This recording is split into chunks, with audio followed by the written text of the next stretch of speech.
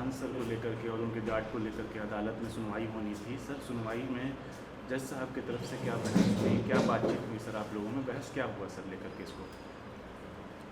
बहस मेरिट पर हुआ। सारे चीज़ को सुनने के उपरांत उधर से कुछ ऐसा डॉक्यूमेंट प्लेस किया गया है जिसके लिए उन्होंने समय दिया है जज साहब ने, और जो भी सेक्शन के बारे में है, violation of arms licence etcetera जो भी है, उसके लिए 30 आर्म्स एक्ट को भी उन्होंने नोट डाउन कर लिया है।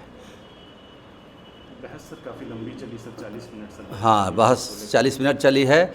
Every fact has been placed before the learned session जज पटना। और इसके पहले जो आर्गूमेंट हुआ है उसमें सारा फैक्ट लिखा हुआ है जो which has been placed from the side of the Khan sir. Every fact has been mention with regard to defense etc. and oppose made by the learned public prosecutor.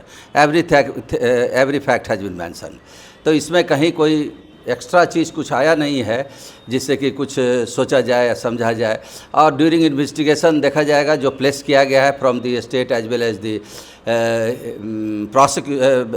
Aggrieved, उसमें उन्होंने इन्वेस्टिगेशन की बात कही है जिसमें ये आया है कि उन लोगों का लाइसेंस वैलिड है। एक के बारे में है, दीपक के बारे में, जो यूपी तक है, जिसका ट्रैवलिंग लाइसेंस भी हमने प्लेस किया था, जिसके बारे में है कि अगर यूपी तक भी है, अगर आ भी गए हैं तो एजेंसी के द्वारा उनको बहाल किया गया है, न कि खान सर ने डायरेक्ट इनका अपॉइंटमेंट किया है। तो उसके लिए अलग एक्ट है, वो भी अवेलेबल है, वो एजेंसी के खिलाफ चलेगा। अपोजिशन की तरफ से सर क्या चीज़ के दावा? अपोजिशन के तरफ से एक सबमिशन दिया गया, एक FIR दिया गया है जिसमें कहा गया है कि एक केस है जो खान सर के खिलाफ है, ये कहा गया है। लेकिन जब उसको वेरीफाई किया गया है नेट पे, तो उसमें खान सर का कहीं नाम ही नहीं है। कल सर क्या होगी सर? कल क्या बहस होनी है सर? कल फाइनल बहस हो जाएगा, उसी का जवाब दिया जाएगा।